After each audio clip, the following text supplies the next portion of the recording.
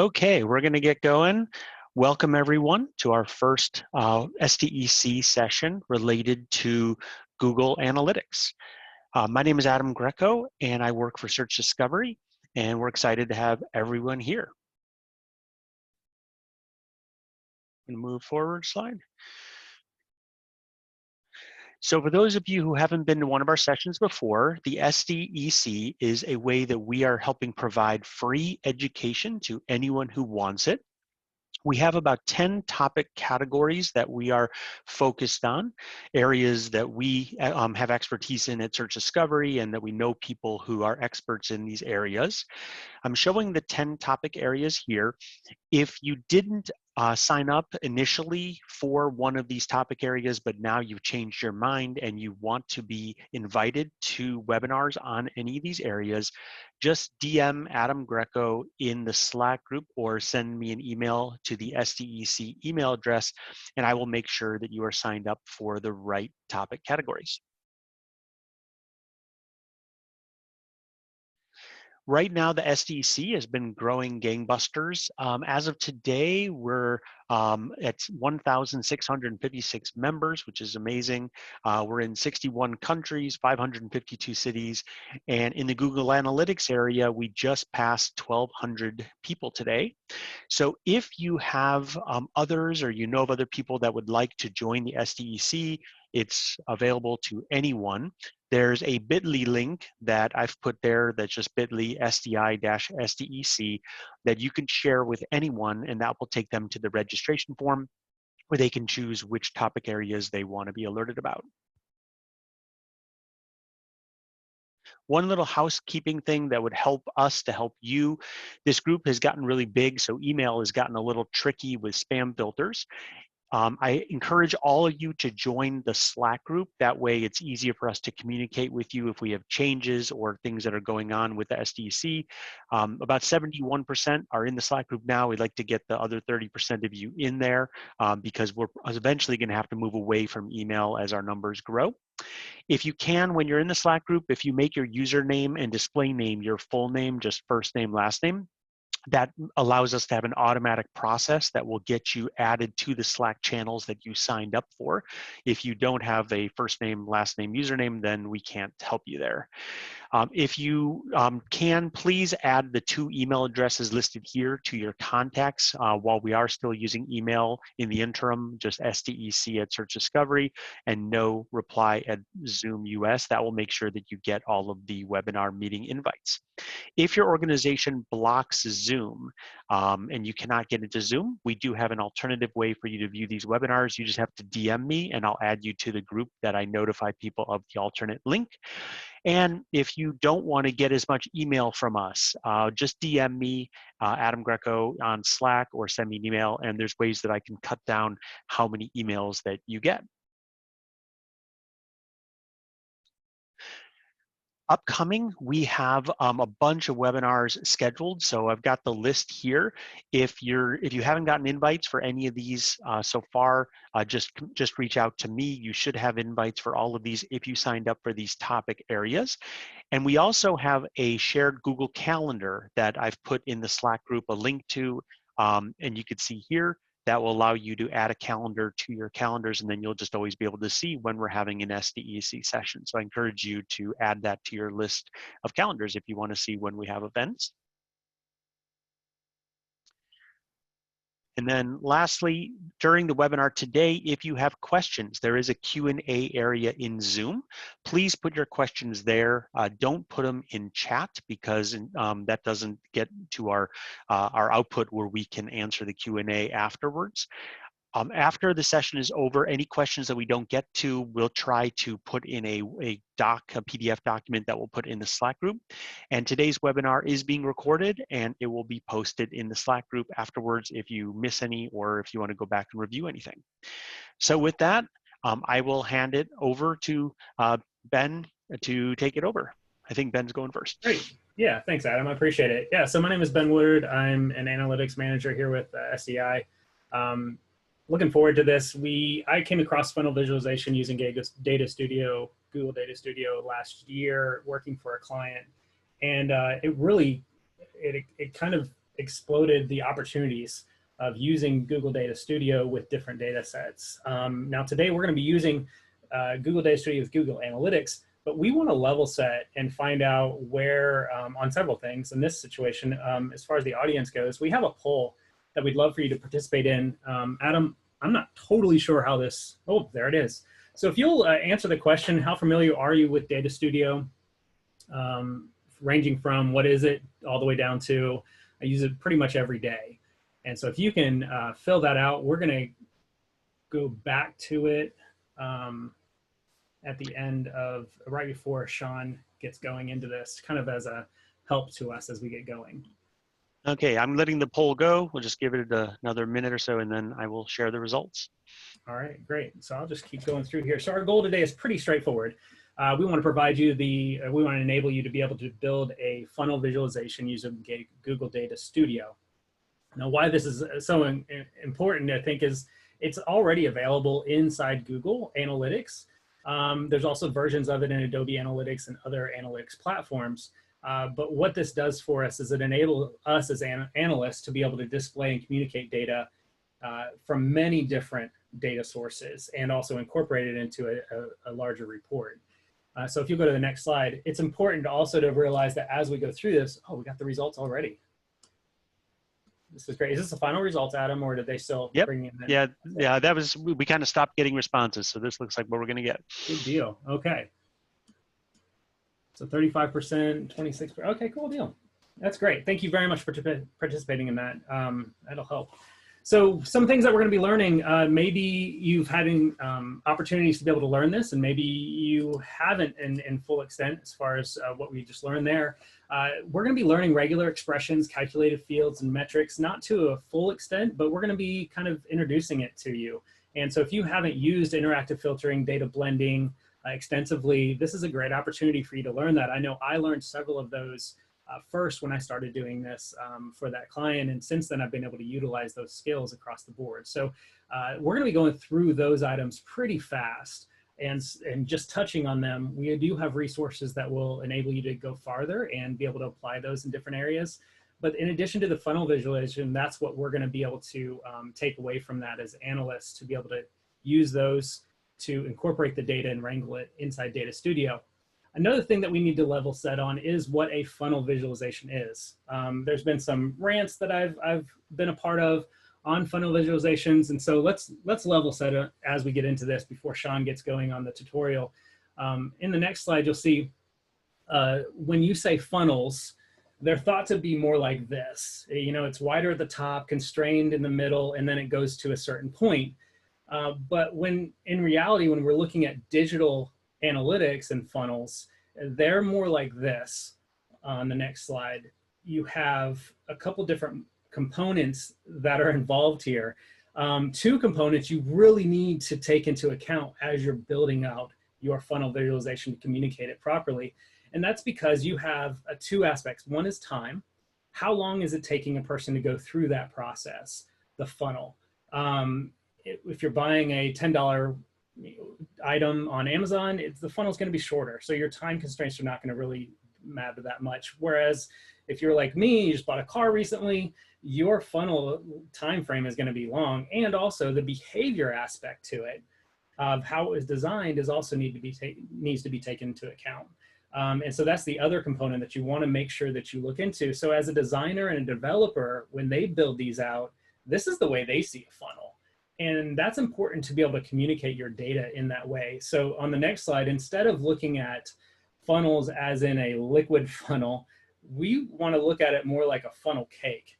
There's a lot of ins and outs. There's a lot of variations of how people go through, how users go through those journeys and those paths. And if we understand that and communicate it, not only if we say funnel cake, the people who are listening are going to think of nice, sweet, crunchy things and help with our presentation. But in addition to that, it also helps us understand the learnings we can get from this type of visualization and actually help us make better decisions off of that.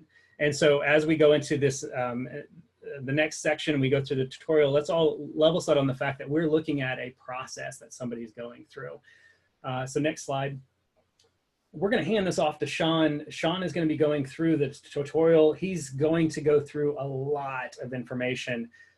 Don't worry, put your seatbelts on and follow through and listen closely, because you'll pick up on things that maybe you weren't familiar with and other areas you were. And in the end, we have several things for you that will help you build these out for yourself. And we are going to be using Google Analytics data, because it's an open opportunity for us all to be on using the same data source to the checkout funnel. But you'll see very clearly at the end how this applies to so many other data sources. So Sean, with that, I'll hand it off to you.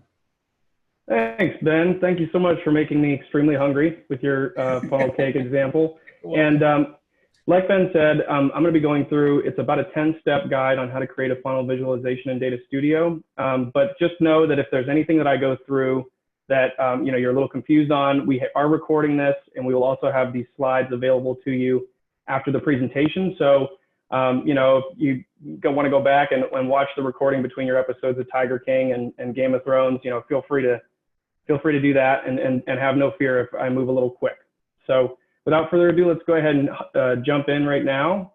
So the first step we're going to do is connect the data to Data Studio. So that's step one, right? Got to have data to create a funnel visualization.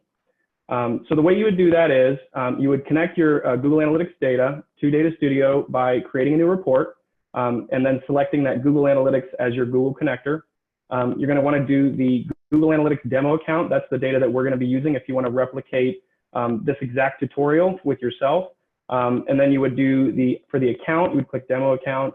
The property, if you're familiar with Google Analytics, is Google Merchandise Store. And then your view is that #1 master view. And I'll show you kind of what that looks like in Data Studio. Another caveat is, as we go through each of these steps, I'm going to be hopping away from the presentation and into our Data Studio report to show you what each of these steps looks like as you build this funnel. And then obviously you would click add to add that data at the end. Another thing I want to bring up is views in Google Analytics. You should have, and it's a pretty standard setting, is to have 3 views, one being their master view, which is your reporting view. You'd also have a staging view, which you would be testing out tags and triggers and things like that in your reports, and then a raw data view that shows you the unfiltered data that you would have coming in. But for any reporting, you obviously want to use that master reporting view.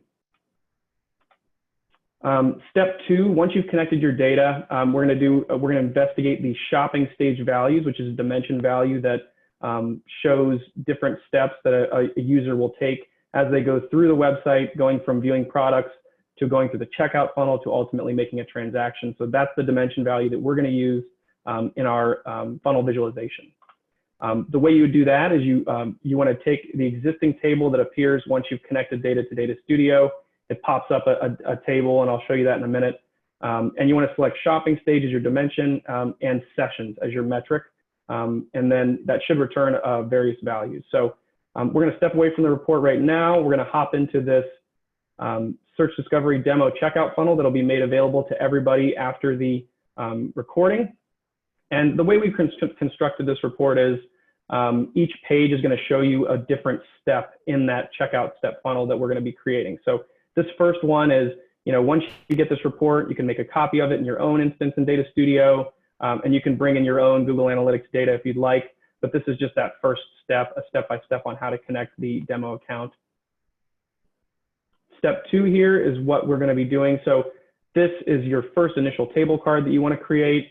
Once you connect data to Data Studio, it should automatically give you this, but if it doesn't, you just go over here to add a chart, and you'd select table card and pop that in right there. Let me get rid of that. And what you want to do is for this card, for the first step, you want to make sure your dimension value here is shopping stage. It should be something else. So all you would have to do is go in here and click shopping stage and select that as your dimension value. Metric, make sure it's sessions. And then if you want to just, be real technical, you can sort by total sessions to get your dimension values, your shopping stage values in order. And that's step 1, super easy. And step 2, sorry. So step 3, we're going to select the various shopping stage values that we actually want applied to our funnel visualization. So this is basically a filtering process. We don't need all those values, A lot of times there's some, depending on your different flow through your specific website, you want to choose between, the 22 that are available or 25 that are available and just a select number of them. So the way we're going to do that is we're going to add a filter to that table card. And what that filter is going to do is just filter out the values we don't want. And we're going to use what's called regular expressions to do that. And if you're trying to recreate this, obviously you'll have the report, but we also have the regular expression that we use to get our values right here in the slides. And then if you want to learn more about what regular expressions are, I have a little link here to regular expression, regex101.com, which is a great resource to start investigating that. But let's hop back into the report and I'll show you how to apply a filter to a table card to get just the values that we want in our visualization. So that's step 3. And as you can see here, I already have it filtered. I already have the filter applied. But the way you would do this is the same table card, but you would just scroll down to the bottom here, and you can see this filter section here. So what you would normally do is click add a filter, but I already have it completed here. So this is what it would show you. So when you click add a filter, this would show up, but it would be blank. So you would want to name your filter, obviously, and I just named mine checkout funnel step filter, just to be clear. You would want to select include. Your dimension value is shopping stage, so you would search that. And for our logic for filtering, we want to use regular expression contains because that allows us to search for multiple regular expression values. And then you just paste this value in here. And this is basically a pipe delimited query for different, the various shopping stage values that we want to search for. The caret at the beginning just denotes don't search anything before this. And the $ at the end just denotes don't search anything after this. And then you would click save and close. And there you go. Now you have your filtered values for shopping stage.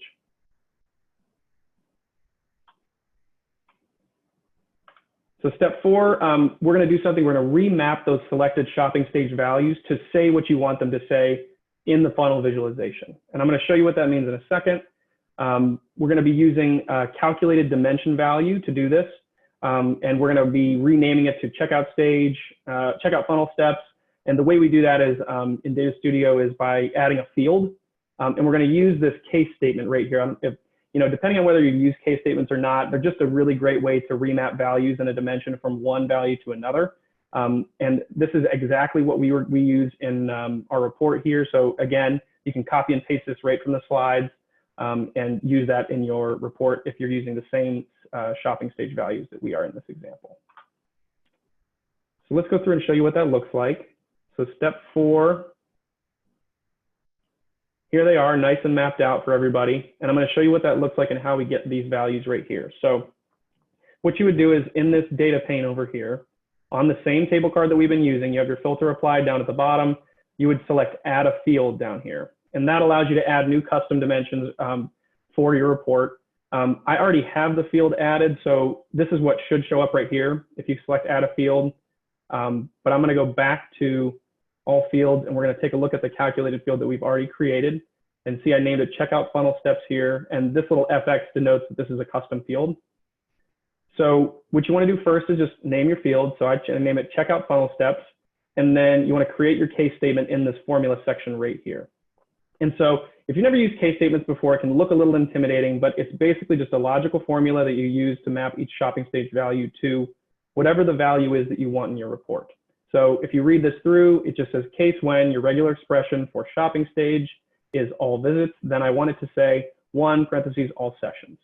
And what's really important about this step isn't so much just the remapping, it's the consolidation of multiple values. And where that's going to come into play when we get to the visual here in a second. But as you can see in 3 and 4, it looks like we've duplicated our mapping.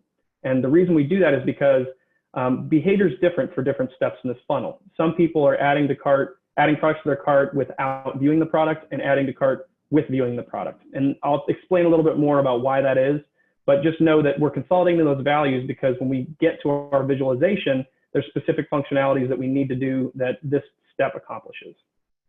So this says update now, but if this is the first time you were doing this, you'd click save right here, and then it would remove it. And now you see we went from 7 shopping stage values to 5 checkout funnel step values. And the sessions should be the total same number, but they've now been aggregated in steps 3 and 4 to the logic that we put in that case statement.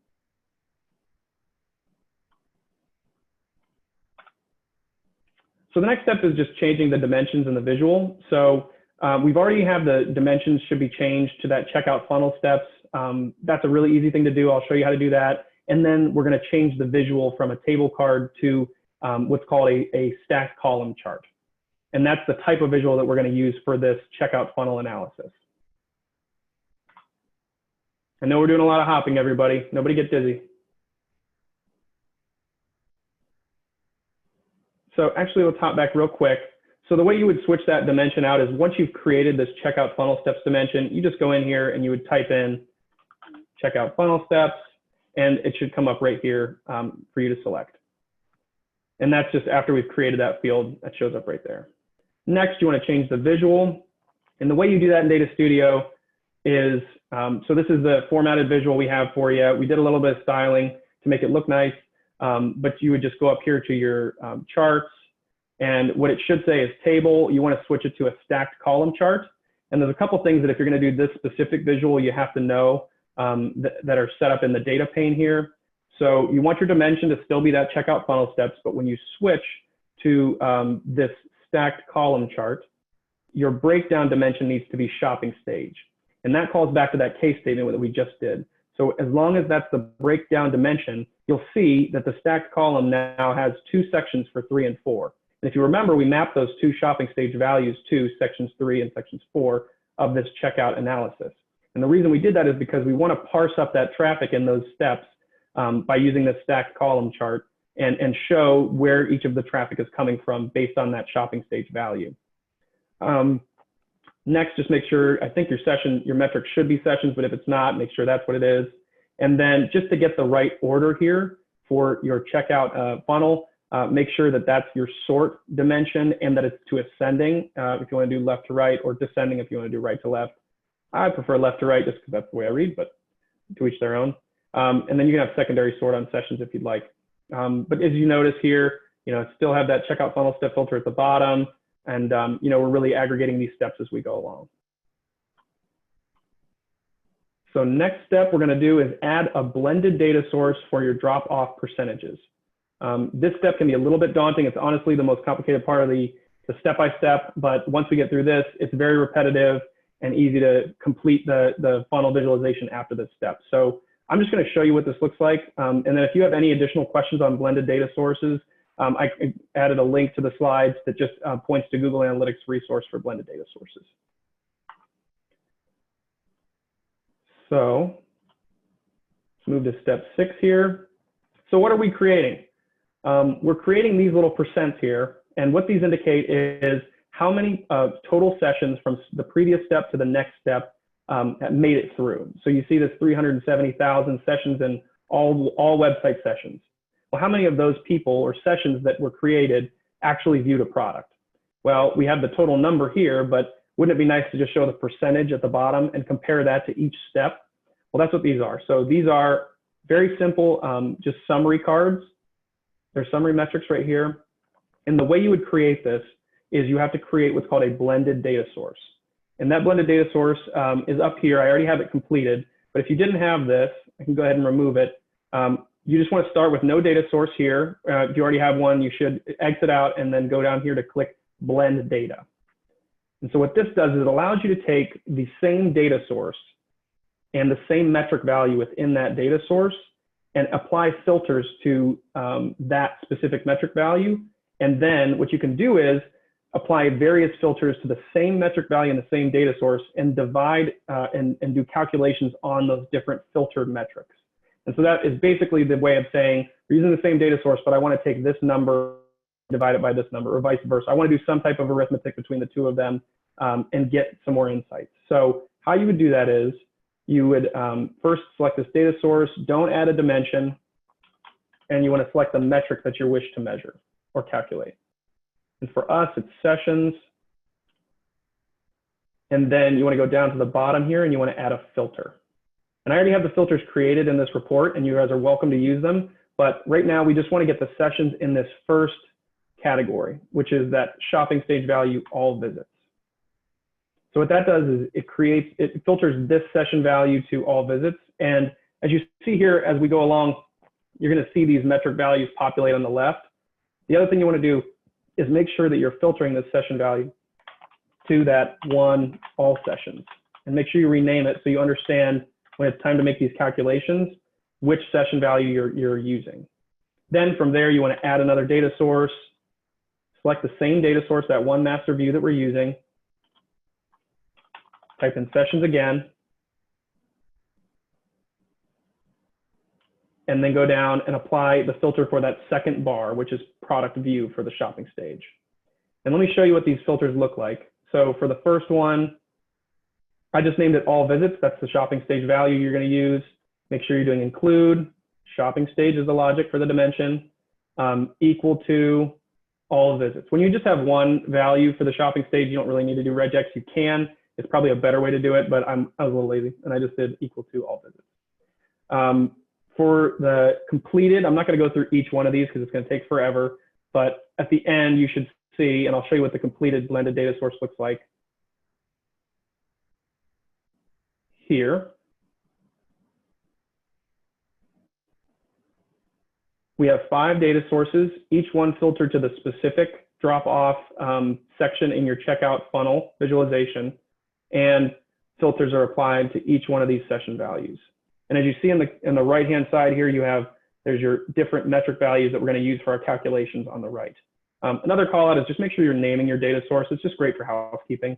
And then the last thing I want to call out here is make sure, because we have 2 shopping stage values in steps 3 and steps 4, that you're filtering to both of those values.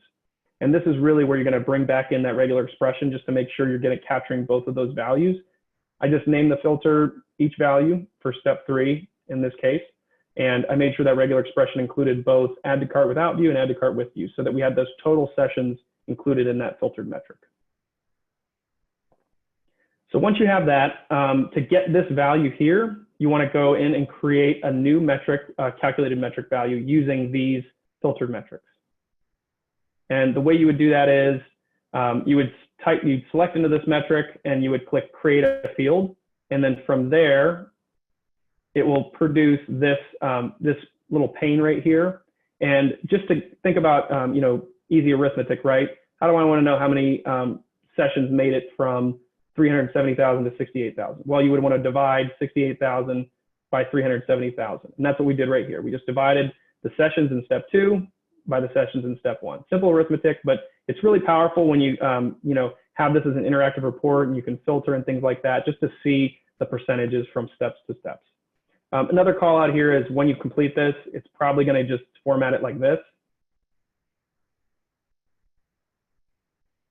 Oh, apply, there we go. It'll probably be formatted like that. So you'll have 0.18. Just make sure you go down here and you make sure if it's a percentage, you have it formatted appropriately and click apply.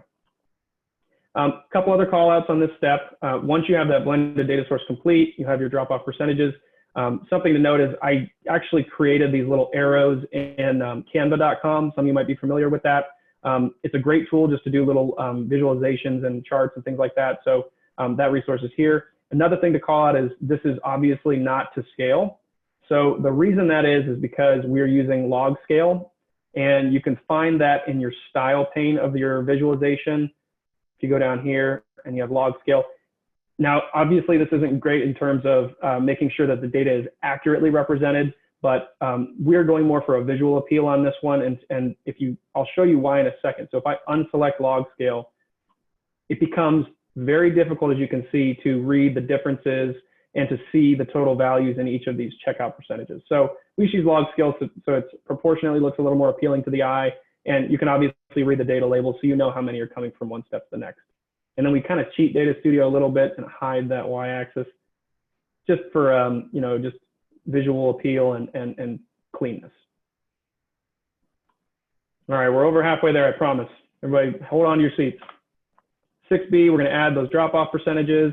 I believe this is actually that step I just went through, so we can pass this step. But just in case anybody's worried about understanding where the calculations are, we have them included in the slides here. And then a link to canva.com if you want to create your own little shapes for your visualization. So next, we're going to calculate drop-off sessions. And this is really easy. It's a simple step that we just went through, but we're just going to create a separate calculated metric using that same blended data source. And that's right here. I'll hop back into the Data Studio report to show you. But again, we have the calculated metric calculation here. All you have to do is replace which session values you're using in that blended data source. So that's step 7.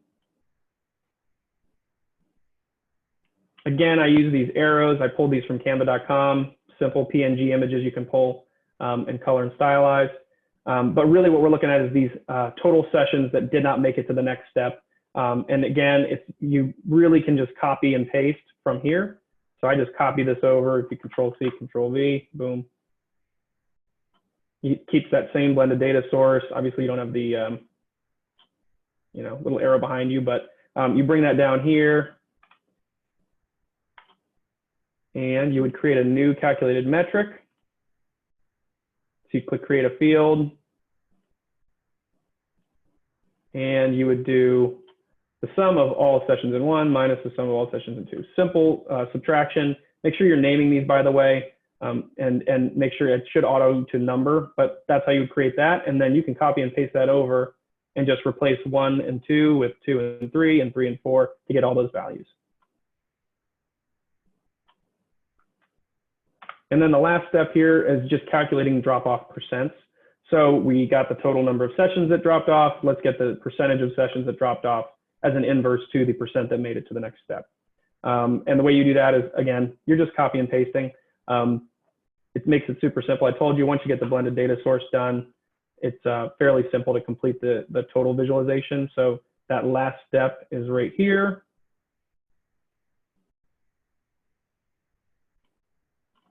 You got these values here, it's 81.57. You'll notice it's the inverse percentages up here, but these are really powerful when you guys are doing filtering and things like that, just to keep, understand quick metrics. The way you do that is just another calculated metric. And all it is just 1 minus the sum of the next step divided by the sum of your current step. Again, we have these formulas for you. This again is a percent, so make sure you have that marked, and then just make sure you're naming all these appropriately. And you're copy and pasting all the way down the line. And that's pretty much it for the visualization. The great thing with this is, and really the powerful use of this is, I'm going to show you how you can interactively filter this report in our final checkout funnel with additional visualizations. So if I'm just viewing this report, you're looking at from all my traffic for this specific date range, and this is year to date is what we're looking at. You have all sessions with product views, sessions that added the cart and added the cart with and without a product view, or checked out with or without a cart addition, and then finally your total sessions. But I want to see that by, maybe I have a Google affinity category that I want to look at, like total shopper values or value shoppers. Well, let's go ahead and just select that bar, and what you can see is this interactively filters with just that traffic. So you can see all the metrics update and in real time, and it gives you just really quick insights to specific channels of traffic that you want to see. And what this tells you is, we had percentages from the previous step, but as you can see, these percentages are going to change based on the traffic that you're viewing. And so it's really important to see that. We also have filters at the top that we've created for this report, and these are pretty standard filters. You got device category if you want to look at just mobile traffic or desktop traffic. You have a campaign. So if you want to look at a specific campaign on your site, that's just a really great way to see how that's performing in a checkout funnel. And then if we get rid of this, another really great one is just this geographical. So depending on how you set up your own Google Analytics account, you could see it by region or state. It looks like California has a really high session count compared to the other states. So we can just click California, and this report will update according to that. So you can see stuff like that coming through here. So just a lot of great ways to filter this report. Thank you guys so much for making it through that visualization tutorial. Everybody take a deep breath, exhale, take a little sip of coffee, and I think I'm going to turn it back over to Ben for questions. Yeah, I may need a nap again. That's great. One of the things I did want to draw, we have it looks like a lot of great questions coming in. We're producing a blog post that's going to include a lot of these steps, but also I did want to make sure we have a call out for the inspiration behind these. One is Charles Farina's blog post that really helped us through the tutorial, inspired a lot of this when we were going through it initially, but also our very own Tim Wilson has a pretty good blog post. I would say it was a rant because it's based off of a Twitter interaction. I think all Twitter interactions end in a rant somehow. But he has a great perspective on funnel visualization, as well as Michelle Kiss. So we're going to add those to the blog post. There's a lot on funnel visualization and using Google Data Studio that the community has really produced. And so we definitely want to give a shout out to them. But with that, thank you, Sean. Appreciate the walkthrough. And Adam. Yep, awesome. Thank you both for your presentation. So if anyone has questions, now is a great time to go put them into the Q&A. We've got about 10 minutes left, so we're going to pound through as many questions as we can. So I'll recommend we do kind of short answers, and we could do longer ones in written format. So first one, how do you find Data Studio compares to other data visualization tools? We use Tableau where I work because we have a Tableau expert, and we found the Data Studio wasn't as flexible or as quick as Tableau. Sean, you got this one. Yeah, I think it just depends on where you're pulling the data in, and then also what your goal is. So Data Studio is really great at doing visualizations that are pretty and concise, and especially with Google Analytics data. I think that's primarily what I use it for in my workplace. Tableau is more of a BI platform tool where you can ingest a lot of different data from different data sources, but there's limitations to both tools, right? So I know in Data Studio, I like just the, I don't want to say the prettiness of the report, and then just the interactivity of it. It's a very simple and easy to use tool as well. And in Tableau, I think there's a lot of limitations to like barriers to entry as far as learning it. It's a longer learning process, and you have to be more, I don't want to say like an expert on the Tableau software. But I think I've worked with both tools, and I would say it's easier to jump into Data Studio and get quick metric results than it is in Tableau. And that's just been my personal experience. And a tangential question here is, what external connectors can be integrated into Data Studio? I think there's a lot of different connectors, and on that first slide I showed, there's it's just like there's a quick up and of the various connectors you can use. You can also do like file uploads for anything outside of Data Studio you want to do. But I don't know, Ben, you have any idea on that one as well? There's hundreds. Yeah. There's and it's growing obviously as Data Studio advances. But yeah, I haven't found too many situations where Data Studio couldn't connect either through importing into BigQuery and then pulling it out of BigQuery or another direct connector. Okay, cool. One person asked, when you were going through the example, you used sessions instead of users. Could you use users, and what's the difference between kind of using sessions versus users in a funnel like this? That's a great call out, and I actually forgot to mention that, so thank you very much whoever asked that question. But sessions is just one metric, users is another. One thing I've found is that when you're using sessions, it's good at looking at your true traffic of people that have logged in and logged out in a time period, but it does not play well with product data. So if you're trying to use product revenue or product filters, you want to use users as the true metric. And really, it just depends on how you want to visualize that funnel. But you can use either interchangeably. It's just some metrics and dimensions play well with each other and some don't. So that's a caveat, I would say, also when you're building a report. Another question is, could something like what you showed here today be replicated to visualize web forms, like people going through different steps or different pages of web forms? Yes, absolutely. So I used this recently with a client that we have, and we based the logic not on that shopping stage value, but actually we used different custom event categories and actions and labels to filter the visualization to show a specific funnel in a website that wasn't the checkout funnel. It was a web form fill out. So yes, that's definitely possible. It's a little more convoluted and it takes a little bit more time because you're not using a predefined dimension, but it's definitely something you can do. And I assume another question came in, I think the answer would be the same, but just double checking. Someone had asked, what if my website is not an e-commerce site? So I assume that doesn't matter what your conversion is, you can figure out a way to make a funnel like you showed today. Correct.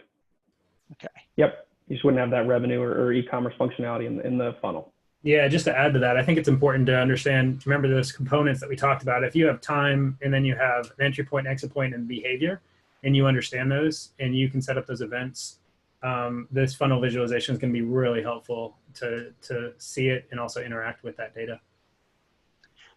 Cool. Another one said, I've never seen the shopping stage dimension within GA before. How is this dimension created? Is it just part of the out-of-the-box enhanced e-commerce, or would a GTM developer have to create the labeling for these stages? This is actually an enhanced e-commerce setup, so it's default. I actually, before I've never worked in Google Analytics for a long time, and didn't have a consultant or a client use e-commerce, advanced e-commerce, I don't think, in this type of setup. So I was actually introduced to it as well through this process. It's a great setup, but it is enhanced e-commerce that we were utilizing through the Google Merchandise Store tracking. Okay. Next question is someone asked if someone, maybe me, could compare Data Studio to Adobe Data Workbench, and I'm also guessing Analysis Workspace. So, you know, I don't know much about GA, but watching you do this presentation, I can see how someone would be able to replicate that using either the more expensive Data Workbench product or Analysis Workspace. I don't know if both of you do both Adobe and Google, but do you have any thoughts on kind of comparing Data Studio between Adobe's approach? I work mostly in Google Analytics, so I would serve that one up to Ben. Yeah, I haven't had much experience with Adobe Workbench, Data Workbench, honestly. I found it's like what Sean said earlier, the level of entry, you know, point for Data Studio is really low, and you can integrate with a lot of sources, so that's really helpful. Adobe has a lot of customizations that you can do, and I would think, you know, you just have to play into both of those, whether the resource level would be high or the lift would be high, or in either data source. But I found Data Studio has made some pretty large advancements in the last couple of years. I remember when they first launched, it was not that helpful. But in this situation, with the data sources you can bring in, it is pretty incredible.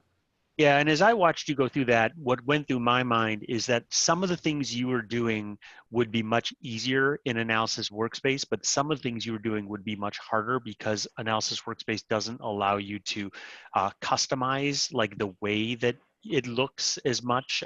But some of the things, again, some pros, some cons. Another question came in: could the data or results that come out of your GDS, which Data Studio visualization, be exported in CSV or similar format to be used or ingested into another tool like Tableau or used with other data sources?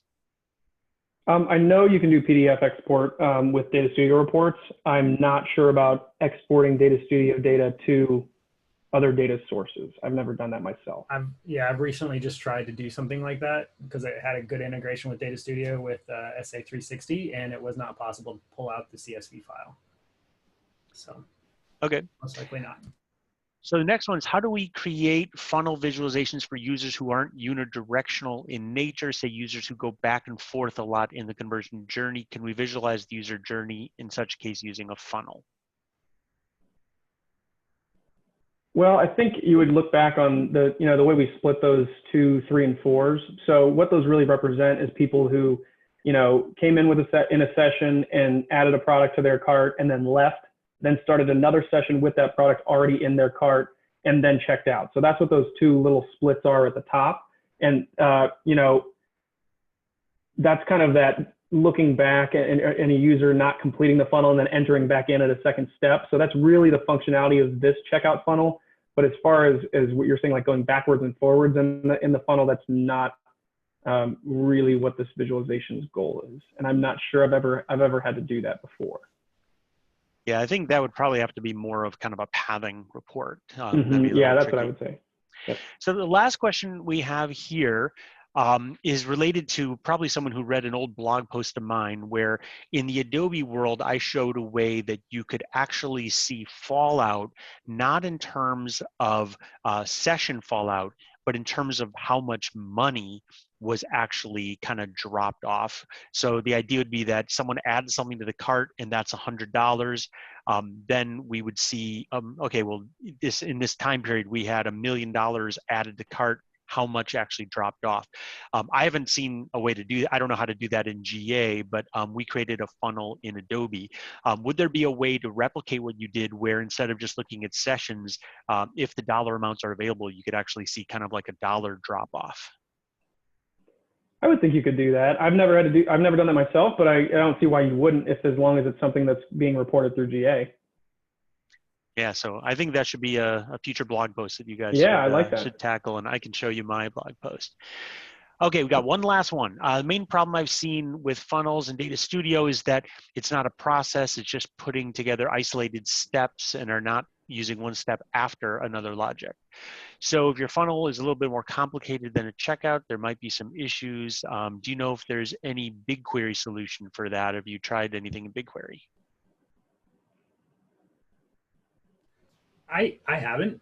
I mean, theoretically, anything is possible. Adam has blogged about impossibilities before, and they become possible somehow. No, I think it goes back to the if the data is available from the source and you can compile it into BigQuery, you can definitely display it and find a visualization, a form of the visualization that you're of this type of funnel, where you have the ins and outs and the journey. And just being creative with how you utilize that, whether through segmentation or some other type of filtering. It should be really available. I would say it's just being a good analyst and understanding, what your user's path is through your website. And then that's really, this is a funnel visualization, right? So we're looking at a step-by-step and ultimately it's a single journey or multiple journeys through a website. So just understanding like when a user does this, then this is the next step in the website. And then that's how you would logically build this funnel. I think what the question was asking was more about users that can do multiple paths. And again, that goes back to that pathing thing we were discussing earlier. Okay, cool. Well, thank you both so much. If you want to show your email addresses on the next slide, just in case anyone has any follow-up questions, we are going to post this recording to the Google Analytics channel. We're also going to take all the questions that we got, and if there's links that we can share or if there's other things we can expound upon, we will post that in a PDF document in the Slack group as well. So again, thank you everyone for joining. I hope you found this helpful, and we have a bunch more Google Analytics presentations coming up in the future, including one where we're going to be talking about app web, and then we're going to be talking about kind of best tips and tricks from Krista Seiden, who used to do lots of training for people in Google Analytics. So have a wonderful holiday, and thank you all for joining.